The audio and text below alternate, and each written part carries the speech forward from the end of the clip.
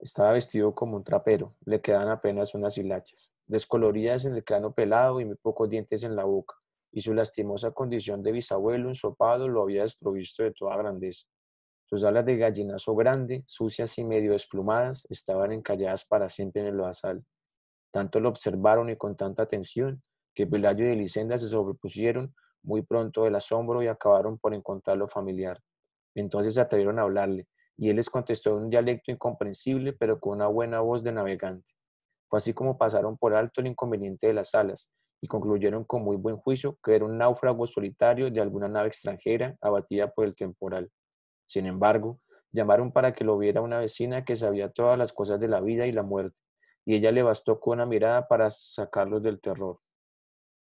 Es un ángel, les dijo. Seguro que venía por el niño, pero el pobre es tan viejo que lo ha tumbado la lluvia. Al día siguiente todo el mundo sabía que en casa de Pelayo tenían cautivo un ángel de carne y hueso.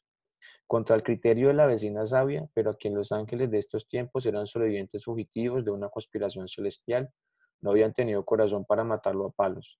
Pelayo estuvo vigilándolo toda la tarde desde la cocina, armado con un garrote de alguacil, y antes de acostarse lo sacó a rastras del lodazal y lo encerró con las gallinas en el gallinero alumbrado. A medianoche, cuando terminó la lluvia, Pelayo y Elisenda seguían matando cangrejos. Poco después el niño despertó sin fiebre y con deseos de comer. Entonces se sintieron magnánimos y decidieron poner al ángel en una balsa con agua dulce y provisiones para 3 días y abandonarlo a su suerte en alta mar. Pero cuando salieron al patio con las primeras luces, encontraron a todo el vecindario frente al gallinero, retozando con el ángel sin la menor devoción y echándole cosas de comer por los huecos de las alambradas, como si no fuera una criatura sobrenatural, sino un animal de circo. Qué loco, ¿no? Y eso que estamos hablando de un pueblo muy católico. El padre Gonzaga llegó antes de las 7 alarmado por la desproporción de la noticia. A esa hora ya habían acudido curiosos menos frívolos que los del amanecer, y le habían hecho toda clase de conjeturas sobre el porvenir del cautivo. Las más simples pensaban que sería nombrado alcalde del mundo. Otros, de espíritu más áspero, suponían que sería ascendido a general de circo estrellas para que ganara todas las guerras. Algunos visionarios esperaban que fuera conservado como semental para implantar en la tierra una estirpe de hombres alados y sabios que se hicieran cargo del universo. Pero el padre Gonzaga, antes de ser cura, había sido leñador macizo. Asomado a las alambradas, repasó un instante su catecismo y todavía pidió que le abrieran la puerta para examinar de cerca de aquel varón de lástima que más parecía una enorme gallina decrépita entre las gallinas absortas. Estaba echado en un rincón, secándose el sol las alas extendidas entre las cáscaras de fruta y las sobras de desayunos que le habían tirado los madrugadores. Ajeno a las impertinencias del mundo, apenas si se levantó sus ojos de anticuario y murmuró algo en su dialecto cuando el padre Gonzaga entró en el gallinero y le dio los buenos días en latín. El párroco tuvo la primera sospecha de impostura de comprobar que no entendía la lengua de Dios y sabía saludar a sus ministros. Luego observó que, visto de cerca, resultaba demasiado humano. Tenía un insoportable olor a intemperie, el revés de las alas sembrado de alas parasitarias y las plumas mayores maltratadas por vientos terrestres. Y nada de su naturaleza miserable estaba de acuerdo con la egregia dignidad de los ángeles. Entonces abandonó el gallinero y con un breve sermón previno a los curiosos contra los riesgos de la ingenuidad. Le recordó que el demonio tenía la mala costumbre de recurrir a artificios de carnaval para confundir los incautos. Argumentó que si las alas no eran el elemento esencial para determinar las diferencias entre un gavilán y un aeroplano, mucho menos podían serlo para conocer a los ángeles.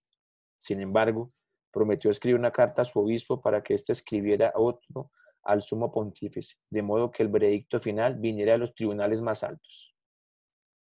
Su prudencia cayó en corazones estériles. La noticia del ángel cautivo se divulgó con tanta rapidez que al cabo de pocas horas había en el patio un alboroto de mercado, y tuvieron que llevar la tropa con bayonetas para espantar el tumulto que ya estaba a punto de tumbarle la casa. Elisenda, con el espinazo torcido de tanto barrer basura de feria, tuvo entonces la buena idea de tapiar el patio y cobrar 5 centavos por la entrada para ver al ángel. Vinieron curiosos hasta de la Martinica. Vino una feria ambulante con un acróbata volador que pasó zumbando varias veces por encima de la muchedumbre, pero nadie le hizo caso porque sus alas no eran de ángel, sino de murciélago sideral. Vinieron en busca de salud los enfermos más desdichados del Caribe, una pobre mujer que desde niña estaba contando los latidos de su corazón y ya no le alcanzaba los números. Un jamaiquino que no podía dormir porque le atormentaba el ruido de las estrellas. Un sonámbulo que se levantaba de noche a deshacer dormido las cosas que había hecho despierto. Y muchos otros de menor gravedad. En medio de aquel desorden de naufragio que hacía temblar la tierra, Pelayo y Elisenda estaban felices de cansancio, porque en menos de una semana atiborraron de plata los dormitorios, y todavía la fila de peregrinos que esperaban su turno para entrar llegaba hasta el otro lado del horizonte. El ángel era el único que no participaba de su propio acontecimiento. El tiempo se le iba buscando como un sonido prestado, aturdido por el calor del infierno de las lámparas de aceite y las velas de sacrificio que le arrimaban a las alambradas.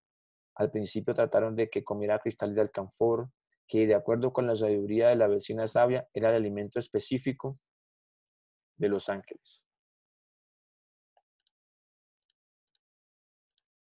Pero él les despreciaba, como despreció sin probarlo los almuerzos papales que les llevaban los penitentes, y nunca se supo si fue por ángel o por viejo que terminó comiendo nada más que papillas de berenjena. Su única virtud sobrenatural parecía ser la paciencia, sobre todo en los primeros tiempos, cuando lo picoteaban las gallinas en busca de los parásitos estelares que proliferaban en sus alas, y los baldaos le arrancaban plumas para tocarse con ellas sus defectos, y hasta los más piadosos le tiraban piedras tratando de que levantara para verlo el cuerpo entero.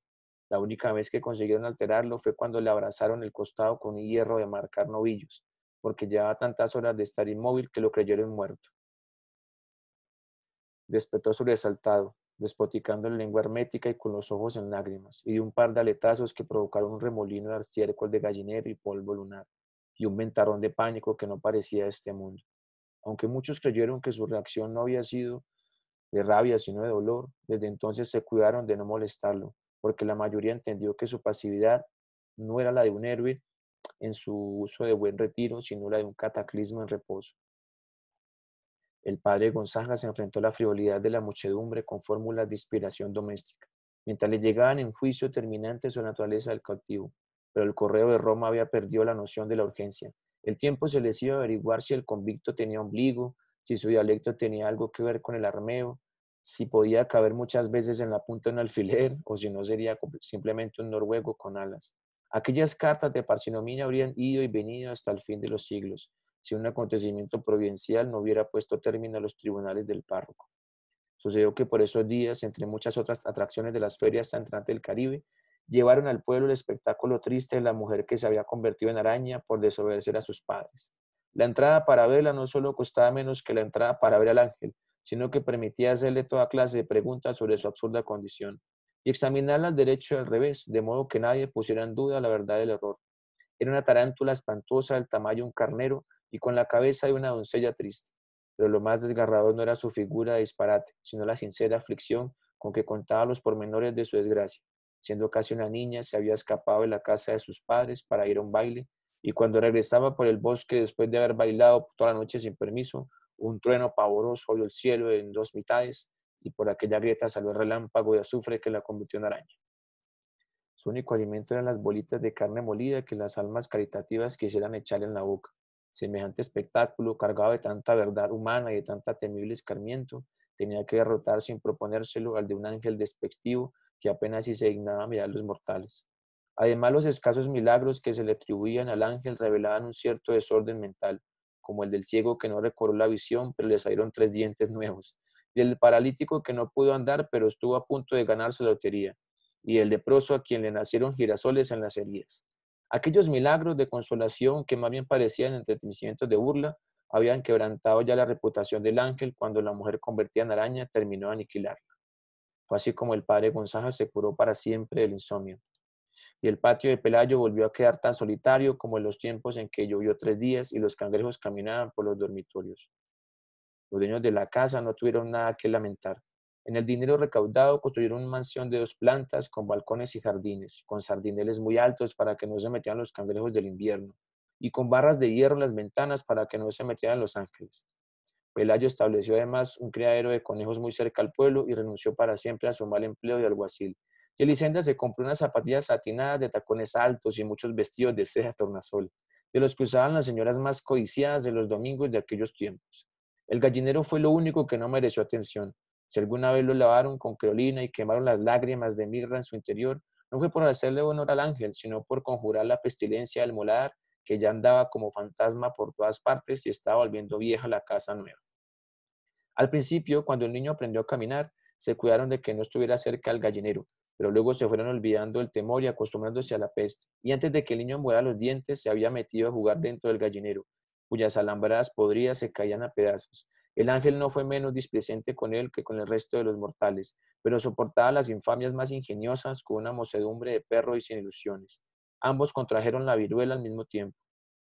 El médico que atendió al niño no resistió la tentación de escuchar el ángel, y encontró tantos soplos en el corazón y tantos ruidos en los riñones que no le pareció posible que estuviera vivo. Lo que más le asombró, sin embargo, fue la lógica de sus alas. Resultaban tan naturales en aquel organismo completamente humano que no podía entender por qué no se las tenía también los otros hombres. Cuando el niño fue a la escuela, hacía mucho tiempo que el sol y la lluvia habían desbaratado el gallinero. El ángel andaba arrastrándose por acá y por allá como un moribundo sin dueño. Lo sacaban a escobazos de un dormitorio y un momento después lo encontraban en la cocina. Parecía estar en tantos lugares al mismo tiempo que llegaron a pensar que se desdoblaba, que se repetía a sí mismo por toda la casa, y la exasperada Lisenda gritaba fuera de quicio que era una desgracia vivir en aquel infierno lleno de ángeles. Apenas se podía comer. Sus ojos de anticuario se le habían vuelto tan turbios que andaba tropezando con los horcones y no le quedaban sino las canúculas peladas de las últimas plumas. Pelayo le echó encima una manta y le hizo la caridad de dejarlo dormir en el cobertizo, y solo entonces advirtieron que pasaba la noche con calenturas delirantes en trabalenguas de noruego viejo. Fue esa una de las pocas veces en que se alarmaron, porque pensaban que se iba a morir, y ni siquiera la vecina sabia había podido decirles que se hacía con los ángeles muertos. Sin embargo, no solo sobrevivió a su peor invierno, sino que pareció mejor con los primeros soles. Se quedó inmóvil muchos días en el rincón más apartado del patio, donde nadie lo viera, y a principios de diciembre empezaban a nacer en las alas unas plumas grandes y duras, plumas de pajarraco viejo, que me parecían un nuevo percance de la crepitud. Pero él debía conocer la razón de estos cambios, porque se cuidaba muy bien de que nadie los notara, de que nadie oyera las canciones de navegantes que a veces cantaba bajo las estrellas. Una mañana, Elisenda estaba cortando rebanadas de cebolla para el almuerzo, cuando un viento que parecía de alta mar se metió en la cocina. Entonces se asomó por la ventana y sorprendió al ángel en las primeras tentativas del vuelo.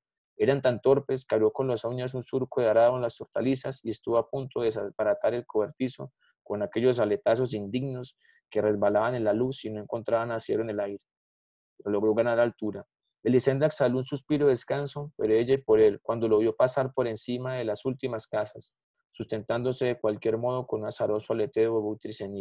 Siguió viéndolo hasta cuando acabó de cortar la cebolla y siguió viéndolo hasta cuando ya no era posible que lo pudiera ver, porque entonces ya no era un estorbo en su vida, sino un punto imaginario en el horizonte del mar.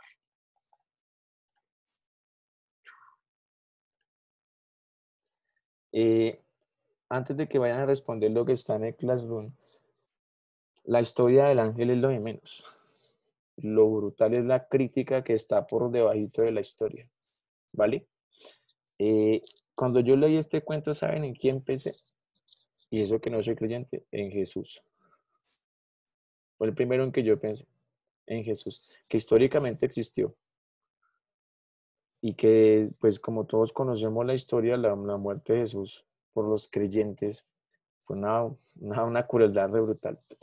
Pero antes de hablar de como tal del cuento, vamos a ir al Classroom, van a descargar las preguntas, las copian en Word y las responden. No tienen que ser respuestas muy amplias, no se preocupen, pero sí muy puntuales, ¿vale?